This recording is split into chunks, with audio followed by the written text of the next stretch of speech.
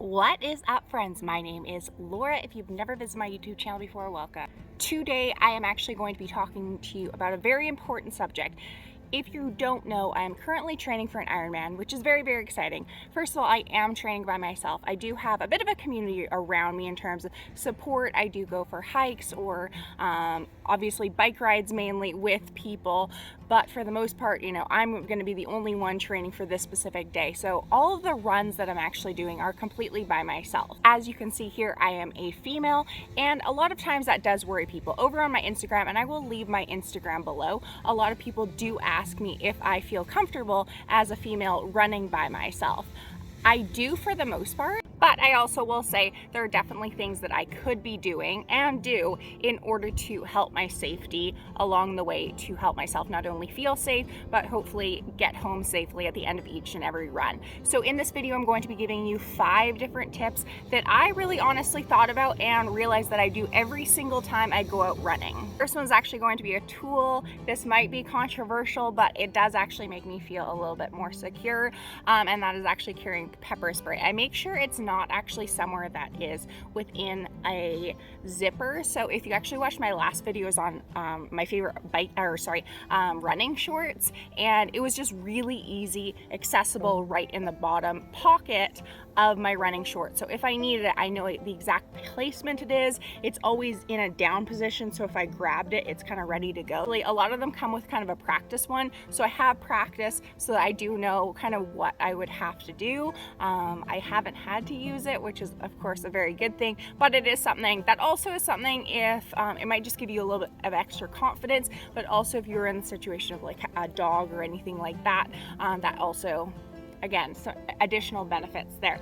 There also are things like that you could have, like that, like little keychains or whatever that could give you like an extra knuckle, just kind of giving you some, like, I guess, some more PG things of self-defense. The fourth one is always telling someone where you're going. So, and I don't mean, you need to put a huge Facebook post, I'm heading out, be back home around this time or anything like that, but just someone, maybe a friend, if you have a roommate, a loved one, anything like that, that might know around when you're going and around the area that you're going. If someone knows that you go running around, 3 times a week, normally Monday, Wednesday, Friday when you wake up, and they know around where you're going, that's normally that's good, and especially knowing around when you actually return. So if someone were to be contacting you and they can't for hours and hours on end, it might be something that they want to look into, and then you kind of hopefully will be a little bit more safe in the long run if something were to happen while you are out running. For me personally, it's not a situation of,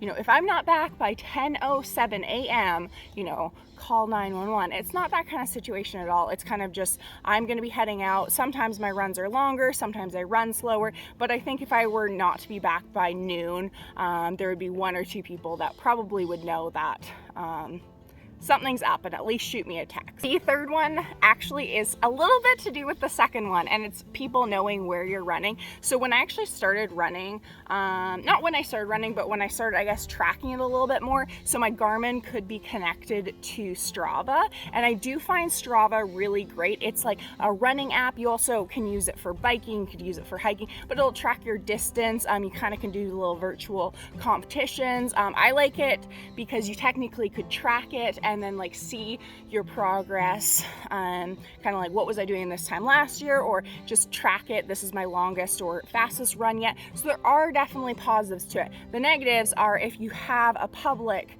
profile and you're leaving from the same place every day, the same time, like you are me, someone would know literally exactly when I leave a location and where. Like, it's just like, it would be very, very easy to know that. So first of all, either just I would recommend anytime you have Strava, probably just having it on private. But I ended up just feeling uncomfortable even having it on private, just because mine are always at the exact same time.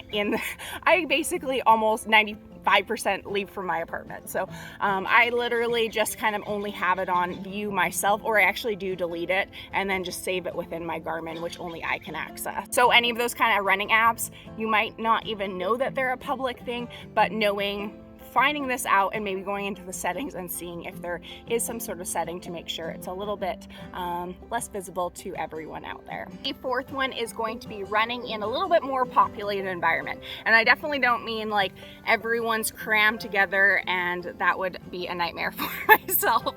I kind of like a little bit more space, but I will say when I'm heading out running, more in the mornings, if I go one way along this trail, it's kind of a green belt situation.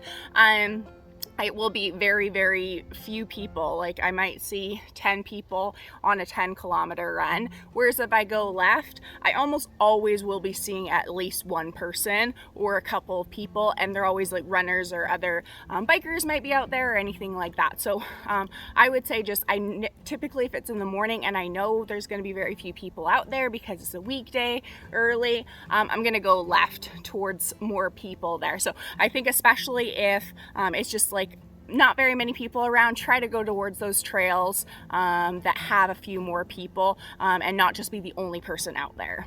And I will say also with that last tip, like if you do happen to only be by yourself and someone's, you know, coming towards you, and that's totally normal, you know, it's a two-way path, and no, like I'm saying, no one's around you, I normally will kind of look in my peripheral vision a little bit just to make sure they're continuing and haven't like stopped.